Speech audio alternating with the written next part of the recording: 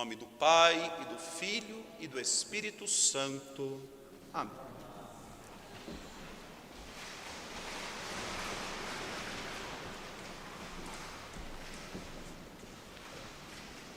Nós estamos hoje, meus irmãos, diante de dois textos que muito nos dizem a respeito da nossa fé e a respeito, por que não dizer, das realidades do mundo que nós podemos contemplar. Quando São Paulo, na epístola, nos fala que estamos constantemente numa batalha, e que esta batalha não se faz com luta de carne e sangue, mas contra os principados e potestades e os dominadores do mal, as insídias do demônio. Se nós olharmos um pouco para como as coisas vão indo no nosso tempo, talvez vamos logo perceber. É inegável que há uma ação diabólica. Há uma ação diabólica quando se tenta destruir a família, há uma ação diabólica quando se persegue a igreja, há uma ação diabólica quando se tenta a todo custo permitir o aborto. Quem assistiu aquele filme O Som da Liberdade que está passando, pode ver, não há dúvida que ali no tráfico de menores há uma ação diabólica. Se nós olharmos para o nosso tempo, meus irmãos, com fé, poderemos sim ver que estamos constantemente numa batalha espiritual. Não é apenas uma guerra cultural, não é apenas uma questão de costumes, não é apenas uma questão de desleixo para com a lei de Deus, não. É uma verdadeira batalha espiritual. E é por isso que precisamos ouvir aquilo que hoje a epístola nos dizia. É preciso nos fortalecer, é preciso fortalecermos-nos no Senhor, revestirmos-nos das armas do Senhor. E que armas são essas? Não são espadas, não são armaduras, não são escudos de ferro, mas as armas espirituais. E o próprio São Paulo, na epístola, nos mostrava como, tendo a verdade como cinturão, a justiça como couraça, os pés revestidos da prontidão para anunciar o Evangelho, empunhando o escudo da fé, a espada da salvação e do Espírito, que é a palavra de Deus. Guerra espiritual se combate com armas espirituais. É verdade que precisamos também de um apostolado fervoroso que nos leve a manifestar a nossa fé. É verdade que precisamos testemunhar a nossa fé em tantos lugares, nas nossas conversas, até nas nossas redes sociais. Mas é muito mais verdade que precisamos batalhar nisto na oração. Que precisamos batalhar nisso em prece, com os joelhos no chão, o terço na mão, com a nossa oração constante, é que venceremos. Aliás, a guerra já está vencida. A palavra de Deus sempre vai dizer: o leão da tribo de Judá é aquele que vence o mal, que venceu o maligno. Pode parecer por um momento ou outro na história que o mal vencerá, mas nosso Senhor Jesus Cristo já é vitorioso sobre o pecado, sobre o demônio, sobre a carne. Empunhemos, pois, as armas de que dispomos para que esta batalha espiritual se realize. No Evangelho, nosso Senhor nos chama a imitá-lo na misericórdia. Esta parábola que nós escutamos é a sequência de uma resposta de Jesus, quando Pedro lhe pergunta quantas vezes devo perdoar o meu irmão?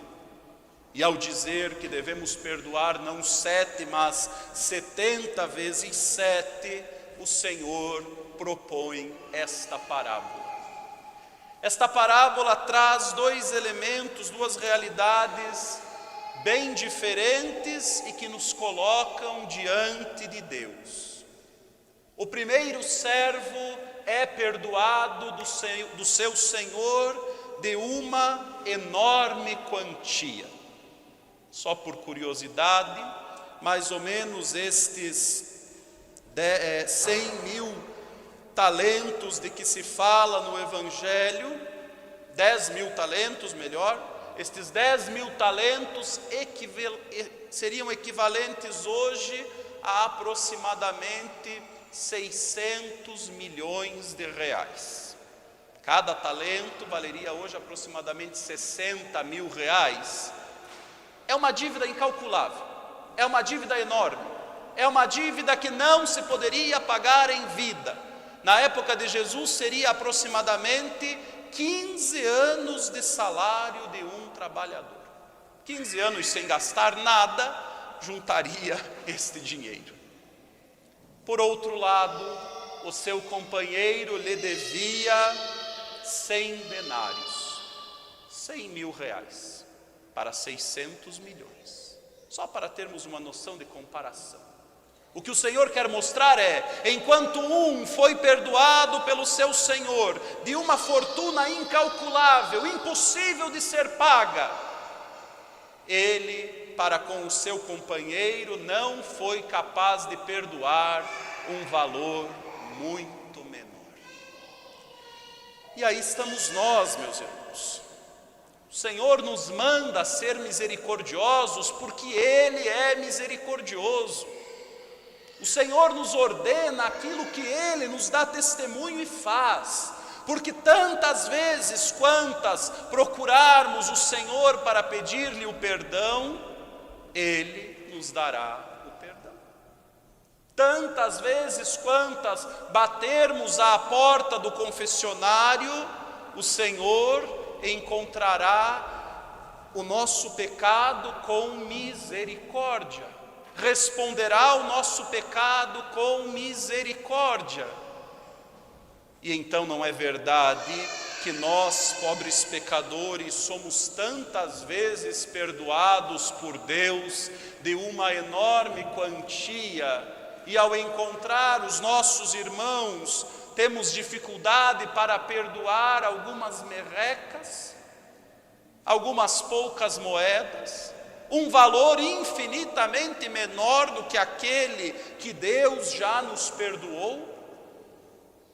O Senhor nos exorta à misericórdia, porque Ele é misericordioso e bom, para que nós o imitemos.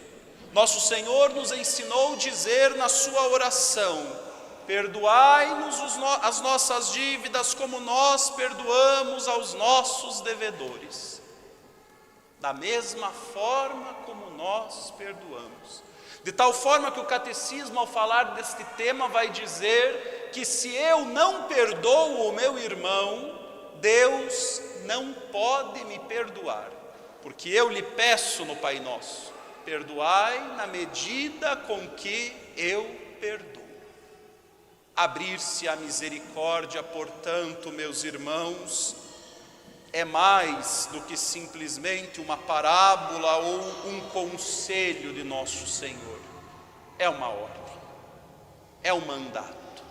Abrir-se à misericórdia para com os outros é querer também alcançar misericórdia em Deus nosso Senhor.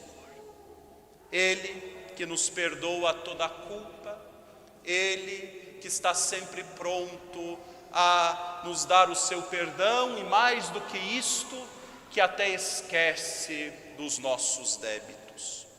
Na última segunda-feira era o dia de Santa Margarida Maria Alacoque, aquela religiosa que teve a visão do coração de Jesus e que recebeu do Senhor a revelação que depois fez com que se instituísse a sua festa. Na época de Santa Margarida Maria, ela era dirigida espiritual de um santo sacerdote, Padre Colombier, também já canonizado. E Padre Colombier certa vez lhe disse: irmã Margarida, quando nosso Senhor lhe aparecer, para que eu saiba que de fato é nosso Senhor, você irá lhe perguntar algo que somente nosso Senhor poderia saber. Pergunte-lhe quais foram os pecados do Padre Colombier na sua última confissão.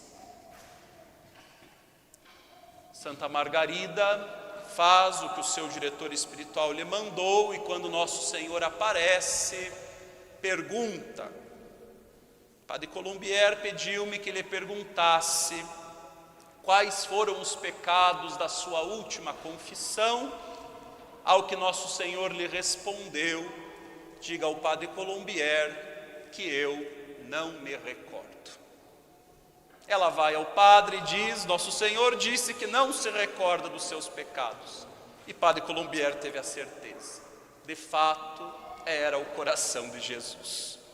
Porque nosso Senhor, ao nos perdoar, não lembra mais dos nossos pecados, não se recorda das nossas culpas.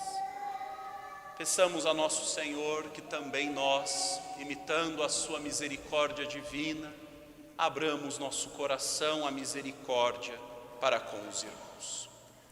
Em nome do Pai, e do Filho e do Espírito Santo.